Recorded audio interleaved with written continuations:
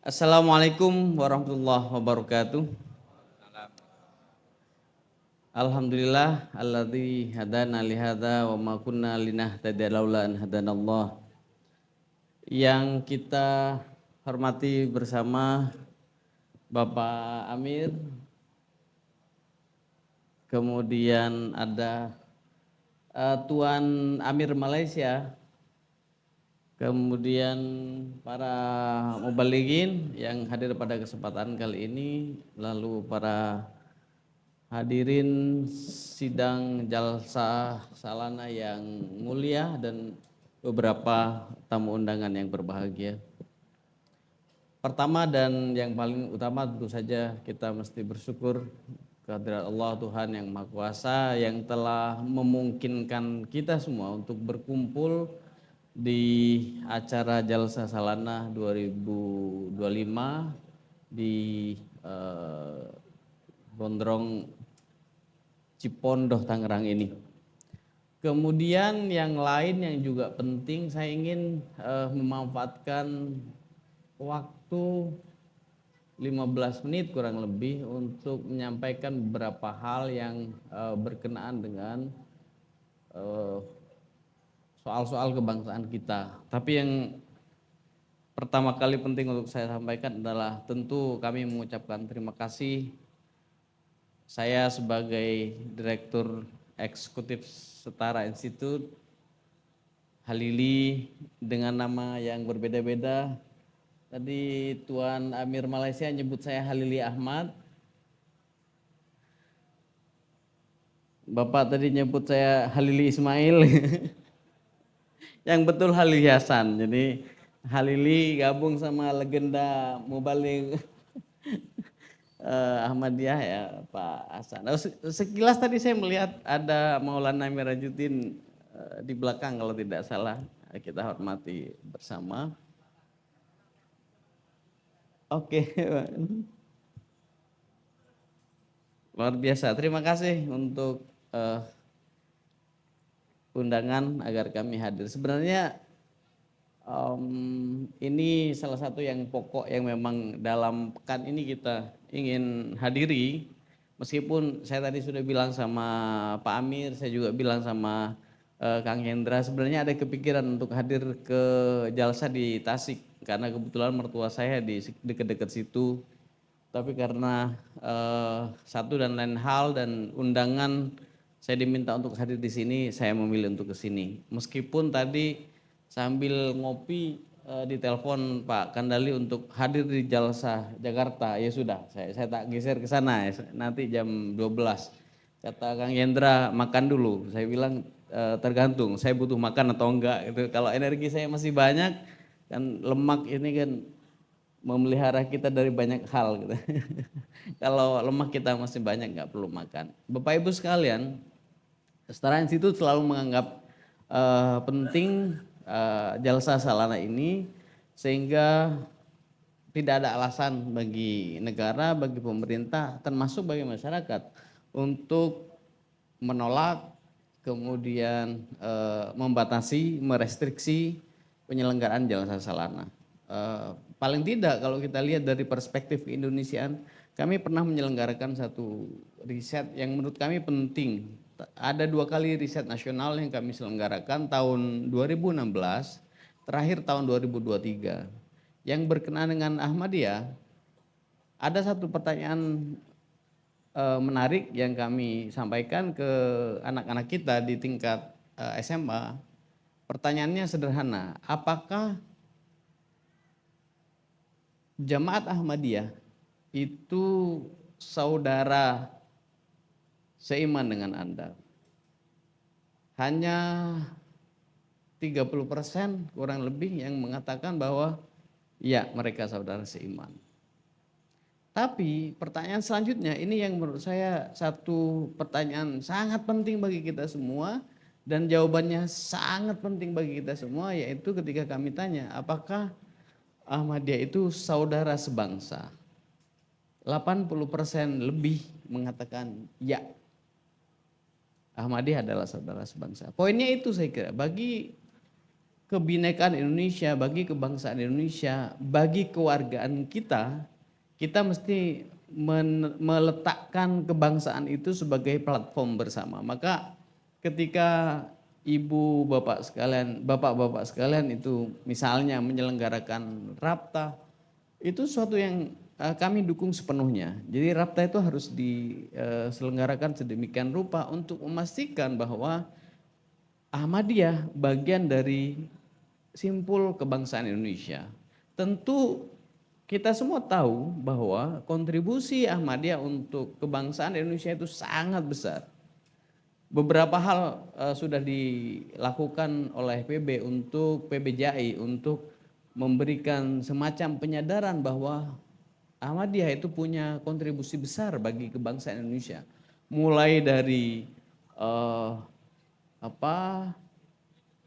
pencipta lagu Indonesia Raya yang Ahmadi, W.R. Supratman kita tahu, dan sampai rekognisi yang diberikan oleh negara kepada Ahmadiyah. Misalnya Ahmadiyah pernah mendapatkan ikon Pancasila untuk donor mata terbesar di seantero Republik ini. Itu sesuatu yang luar biasa yang barangkali entitas lain, entitas sosial politik, organisasi kemasyarakatan, baik yang berbasis agama maupun yang umum non agama, itu tidak punya kontribusi sebesar itu. Hanya masalahnya, ibu pak sekalian, tidak semua orang tahu tentang bagaimana kontribusi kita, bagaimana kontribusi Ahmadiyah terhadap bangsa ini. Tidak semua orang tahu, maka kita setara termasuk yang mendorong terus agar kita menyelenggarakan agenda-agenda strategis untuk melipat gandakan kemungkinan bertambahnya pengetahuan publik tentang apa sumbangsi Ahmadiyah bagi keindonesiaan kita. Itu yang salah satu mendorong kami, salah satu pendorong kenapa kami melakukan tahun 2022 satu riset agak besar dengan laporan yang juga tebal ya tentang inklusi Ahmadiyah dalam keindonesiaan. Terima kasih untuk PBJI atas kolaborasinya dalam menyelenggarakan riset itu. Tapi poin terpentingnya adalah kita ingin menegaskan bahwa inklusi Ahmadiyah dalam keindonesiaan itu merupakan fakta objektif yang kita tidak bisa pungkiri. Bahwa tidak semua orang punya pemahaman yang sama, mereka itulah yang penting untuk kita sadarkan. Maka Jalsa Salana tahun 2025 yang secara umum kita lihat misalnya penyelenggaraannya semi terbuka, pemberitahuannya terbuka, kepada kementerian dan lembaga kita sampaikan secara lebih terbuka, secara lebih aktif kita promosikan, kita beritahu ke sana sini gitu ya. Kita beritahukan ke kepolisian, kita beritahukan ke Kementerian Dalam Negeri dan seterusnya. Itu langkah baik untuk memberikan perspektif bahwa ada warga negara komunitas Muslim Ahmadiyah di Indonesia yang setiap melakukan kegiatan harusnya mereka diperlakukan sebagai sesama saudara sebangsa, sebagai warga negara, sebagai warga pada umumnya yang taat bayar pajak, yang melaksanakan kewajiban sebagai warga negara, dan karenanya mesti mendapatkan fasilitasi, proteksi, perlindungan aktif, fasilitasi yang bersifat aktif juga dari penyelenggara negara, baik di tingkat pusat maupun di tingkat daerah. Hanya memang persoalannya tidak semua warga kita, tidak semua penyelenggara pemerintahan di tingkat daerah, di tingkat pusat itu punya perspektif yang selurus itu untuk tegak lurus dengan Pancasila dan Undang-Undang Dasar 1945. Bapak-bapak sekalian, sidang Jalsa Salana yang mulia, saya kira ada satu fenomena penting di Indonesia yang penting untuk kita ketahui bersama, bahwa memang kalau kita bicara soal misalnya toleransi, soal inklusi, soal harmoni, Setara Institute punya perhatian sangat besar untuk isu-isu itu ya. Dan kita melihat dalam 2 dekade terakhir, memang begitu banyak persoalan yang menjangkiti Republik ini. Ada masalah di level pemerintah, tapi itu bukan concern utama ibu bapak sekalian, bapak-bapak sekalian, yang berkenaan dengan regulasi misalnya, yang berkenaan dengan penegakan hukum misalnya, yang berkenaan dengan kapasitas aparatur. Kita coba lakukan yang bisa kita lakukan untuk memperbaiki hal-hal yang tadi saya sebut itu. Tetapi secara umum ada begitu banyak hal penting yang bisa kita lakukan di tingkat masyarakat. Agar ada begitu banyak program strategis yang kita bisa lakukan di tingkat masyarakat. Karena persoalan keberagaman kita itu juga berkaitan dengan apa yang sesungguhnya terjadi di tingkat masyarakat. Misalnya di tingkat masyarakat, dalam temuan kami ada kecenderungan untuk mereka tidak literat, tidak memiliki pengetahuan yang bagus ya. Mereka tidak punya pengetahuan yang baik, bukan saja yang berkenaan dengan relasi lintas agama, tapi juga intraagama. Jadi bukan hanya relasi interagama saja yang dalam begitu banyak konteks itu bermasalah, tetapi yang terjadi di intraagama itu juga demikian. Literasi masyarakat kita rendah. Misalnya, tidak banyak di antara masyarakat kita itu yang tahu mengenai Ahmadiyah. Tidak banyak di tengah-tengah masyarakat kita itu yang tahu mengenai Syiah. Tidak banyak yang tahu tentang denominasi dalam Kristen misalnya. Itu membuat orang lalu cenderung dingin terhadap yang lain. Saya jelek-jelek begini, itu 9 tahun di pesantren. Meskipun anak saya itu protes, siapa yang bilang ayah jelek? Gitu Pak Amir ya. Jelek-jelek begini saya 9 tahun di pesantren. Ketika di pesantren, hari pertama saya masuk pesantren, satu yang diajarkan oleh kiai saya adalah satu doktrin bahasa Arab yang bunyinya an-nasu a'da'u ma jahilu. Manusia adalah musuh bagi apa-apa yang tidak dia ketahui. Kalau kita tidak tahu terhadap yang lain, kita cenderung memusuhi yang lain. Kalau kita tidak tahu terhadap yang berbeda, kita cenderung memusuhi yang berbeda itu. Itulah kenapa agenda peningkatan literasi itu penting. Itu pertama. Yang kedua, di tengah-tengah masyarakat kita itu cenderung juga terjadi apa yang disebut sebagai segregasi. Makanya perjumpaan itu penting, makanya rapta itu penting, makanya inklusi itu penting, makanya khidmat terhadap yang berbeda itu penting. Untuk apa? Untuk memperbanyak ruang-ruang perjumpaan. Karena kalau kita biasa berjumpa dengan yang berbeda, kita tidak akan dingin lagi terhadap yang berbeda itu. Relasi kita itu menjadi lebih hangat. Hubungan kita itu menjadi lebih hangat.